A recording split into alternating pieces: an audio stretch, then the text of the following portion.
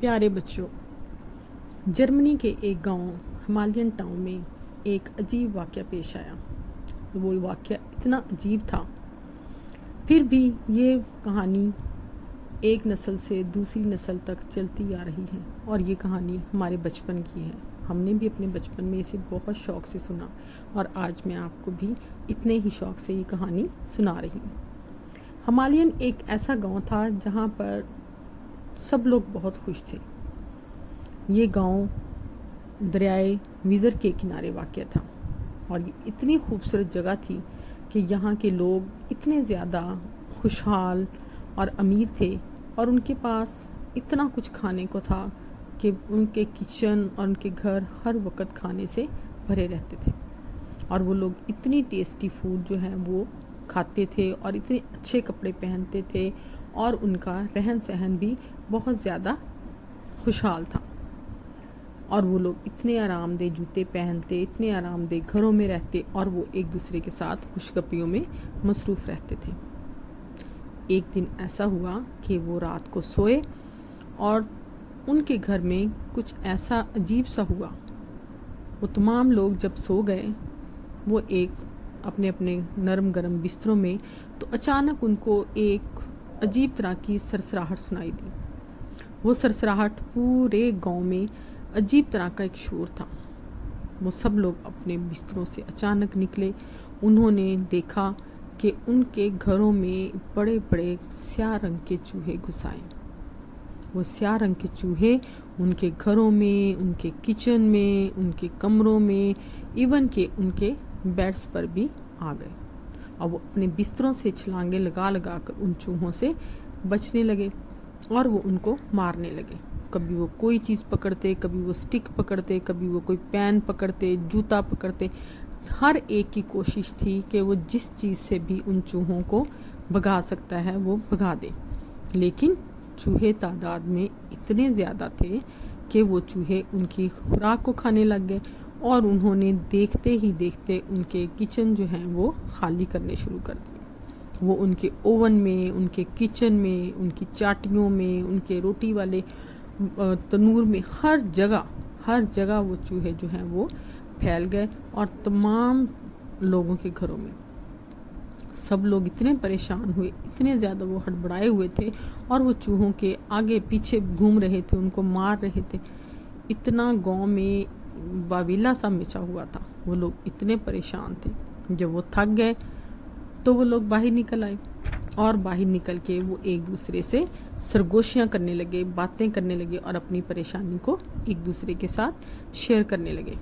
اور جب وہ لوگ باہر کھڑے تھے بے بس، تو انہوں نے دیکھا کہ چوہے ان کے گھروں کا صفایا کر رہے ہیں، اور چوہوں نے ان کے تمام کھانے کی چیزیں جو ہیں وہ ہڑپ کر دی۔ وہ لوگ اتنے پریشان ہوئے، اور وہ سوچ رہے تھے کہ اگر ہمارا کھانا ختم ہو گیا تو پھر ہم کہاں سے کھائیں گے۔ اسی پریشانی میں 2، 4، 8، 10 وہ لوگ گاؤں کے چوک میں آ گئے، اور وہاں پر ایک ہجوم اکٹھا ہو گیا۔ اس ہجوم نے جب باتیں کرنا شروع کی، پھر اونچی اونچی باتیں کرنا شروع کی، اور پھر اتنی زیادہ وہ لوگ چلانے لگے کہ ان کا میئر جو تھا وہ بھی باہر نکل آیا۔ میئر نے آ کے جب ان سے ان کی پریشانی پوچھی، تو اس کو بتایا گیا کہ کس طرح سے چوہے جو ہیں وہ ان کے گھروں میں گھس آئے ہیں، اور ان کی تمام چیزوں کو کھا گئے ہیں۔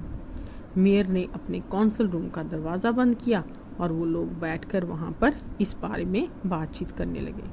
جتنا وہ لوگ سوچتے تھے اتنا ہی زیادہ الجھتے جا رہے تھے، کیونکہ اس مسئلے کا انہیں کوئی حل نہیں مل پا رہا تھا۔ اسی طرح 2-4 دن گزر گئے، اور ان کا پریشانی سے برا حال ہو گیا۔ ابھی جب وہ لوگ ایک دوسرے کے ساتھ میئر کے دروازے پر کھڑے باتیں کر رہے تھے، تو انہوں نے دیکھا کہ وہاں ایک عجیب سی حلیے والا شخص آیا۔ اس کا حلیہ اس طرح کا تھا کہ وہ ایک لمبا سا شخص تھا۔ اس نے ایک لمبا سا کوٹ پہنا ہوا تھا جو کہ سرخ اور پیلے رنگ کا تھا، اور اس کے سر پر ایک عجیب سی ٹوپی تھی، اور وہ ایک نیلی گہری آنکھوں والا شخص تھا۔ اس کے گلے میں ایک پائپ لٹک رہا تھا، اور جس کو وہ چلاتا تھا۔ وہ شخص سیدھا میئر کے کمرے میں گیا، اور اسے کہا کہ اگر تم مجھے $1000 دو تو میں تمہارا یہ کام کر سکتا ہوں اور میں ان چوہوں کو یہاں سے دور بھگا دوں گا۔ میئر چلایا، بالکل، بہت اچھا، بہت، ہم تمہیں ایک کی بجائے $50,000 دیں گے اگر تم ہمیں اس پریشانی سے نجات دلا دو۔ وہ شخص جس نے اپنا نام پائپر بتایا، اس نے کہا کہ میں یہ کام کر سکتا ہوں لیکن تم اپنے وعدے پر قائم رہنا۔ اب اس نے اپنے گلے میں ڈالے گئے پائپ کو بجانا شروع کیا۔ جب وہ اپنے پائپ کو بجا رہا تھا اور گلیوں میں چلنا شروع ہوا، ابھی اس نے پائپ سے ایک دو ہی موسیقی کی لے نکلی اور اس کی موسیقی کے سر نکلنے کے ساتھ ساتھ ہی گھروں سے چوہے نکلنا شروع ہو گئے، اور وہ پائپر جو تھا وہ اپنے بانسری کو بجاتا جا رہا تھا اور چوہے گھروں سے نکل کر جوک در جوک اس کے پیچھے چلتے جا رہے تھے۔ یوں لگ رہا تھا جیسے وہ کسی مسحور کن جادو کے اثر میں آ گئے ہوں۔ چلتے چلتے پائپر جو ہے وہ ان کو گاؤں سے باہر لے گیا۔ گاؤں کے باہر ایک دریا تھا، بہت بڑا دریا ویزر، اور اس کے کنارے جا کر وہ بیٹھا اور اس نے اپنی بانسری کو بجانا بند کر دیا۔ اس کی بانسری کے بجاتے ہی تمام چوہوں نے دریا میں چھلانگ لگا دی، اور اس طرح چوہے جو ہے وہ ڈوب کر مر گئے اور ہمیشہ ہمیشہ کے لیے گاؤں والوں کو اس سے نجات مل گئی۔ اب جناب کیا ہوا؟ پائپر جو تھا وہ واپس آیا اور پائپر نے کہا کہ اب میئر سے انعام کا ٹائم آ گیا۔ وہ انعام لینے کے لیے میئر کے کمرے میں گیا اور اس نے اپنا انعام کا مطالبہ کیا۔ اب جو میئر تھا وہ تو اپنے وعدے سے پھر گیا، وہ چلایا اور اسے کہا کہ تم یہاں سے دفع ہو جاؤ۔ تم ایک پائپر، تم نے کیا کیا؟ جسٹ ایک، تم نے اپنی بانسری کو بجایا اور تم سمجھتے ہو کہ تم نے کام کر دیا، جاؤ اور اپنی بانسری کو بجاؤ۔ اس پر میئر زور زور سے ہنسنے لگ گیا اور اس نے اس شخص کے چہرے پر غصہ دیکھا لیکن کوئی پرواہ نہ کی۔ پائپر نے کہا کہ ٹھیک ہے، اب جو میں کروں گا وہ دیکھنا۔ اب میئر کو تو اس بات کی تسلی تھی کہ وہ چوہے چلے گئے، اب وہ واپس تو نہیں آئیں گے، اور اگر اس نے وعدہ نہ بھی پورا کیا اپنا، چونکہ اس نے پائپر کو وہاں سے بھگا دیا۔ اب پائپر نے کیا کیا کہ وہ میئر کے گھر سے نکلا، نکلتے ہی اس نے اپنے پائپ سے ایک اور سر نکالنا شروع کر دیا اور وہ اپنی بانسری سے سر بچاتا جا رہا تھا اور گلیوں میں چلتا جا رہا تھا۔ دیکھتے ہی دیکھتے تمام گلیوں سے بچے جو ہیں وہ نکلنا شروع ہو گئے۔ وہ بچے جو ہیں وہ تالیاں بجا رہے تھے، اچھل رہے تھے، کود رہے تھے، کھیل رہے تھے، کبھی وہ اپنے پاؤں سے ٹیپ کرتے، کبھی وہ اپنے ہاتھوں سے کلیپ کرتے، اور کبھی وہ بچے ہنستے گاتے ایک دوسرے کے ساتھ شرارتیں کرتے ہوئے پائپر کے پیچھے چلنے لگے۔ اب پائپر آگے آگے تھا، گاؤں کے بچے پیچھے پیچھے تھے۔ تمام ماں باپ جو ہیں وہ بچوں کے پیچھے بھاگے، انہوں نے بچوں کو آوازیں دینی شروع ہوئی۔ وہ اپنے اپنے بچوں کو آوازیں دے رہے تھے لیکن کوئی بچہ بھی ان کی آواز کو نہیں سن رہا تھا۔ دیکھتے ہی دیکھتے پائپر بچوں کو لے کر شہر سے باہر نکل گیا۔ شہر سے باہر نکل کر پہلے اس نے دریا کی طرف رخ کیا، پھر پتہ نہیں اس کے دماغ میں کیا بات آئی کہ وہاں رک کر وہ دوبارہ واپس آیا اور اس کا رخ پہاڑوں کی طرف ہو گیا۔ ماں باپ اور میئر جو تھا وہ تھوڑا سا انہوں نے سکون کا سانس لیا کہ اب یہ دریا کی طرف نہیں جا رہا، اب یہ واپس آ جائے گا، کیونکہ یہ اتنے سارے بچوں کو لے کر اتنے اونچے پہاڑوں کو سر نہیں کر سکے گا۔ چنانچہ انہوں نے سکون کا سانس لیا اور کھڑے ہو کر وہ بچوں کو اور پائپر کو دیکھنے لگے۔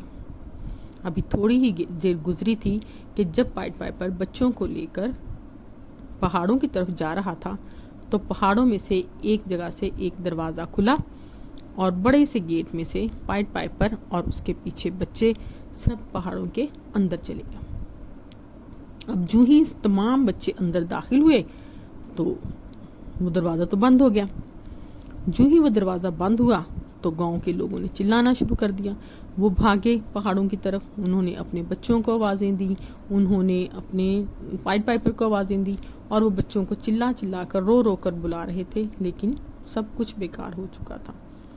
صرف ایک بچہ جو معذور تھا اور وہ بچوں کے ساتھ بھاگ نہیں سکتا تھا، وہ آہستہ آہستہ لنگڑاتا ہوا گاؤں میں رہ گیا. اس کے علاوہ جتنے بچے تھے گاؤں کے وہ سب کے سب جو ہیں وہ پہاڑوں میں گم ہو گئے. بہت عرصہ ایسا ہی چلتا رہا. ماں باپ بچوں کو ڈھونڈتے رہے لیکن ان کو کہیں بھی اپنے بچے نہ ملے.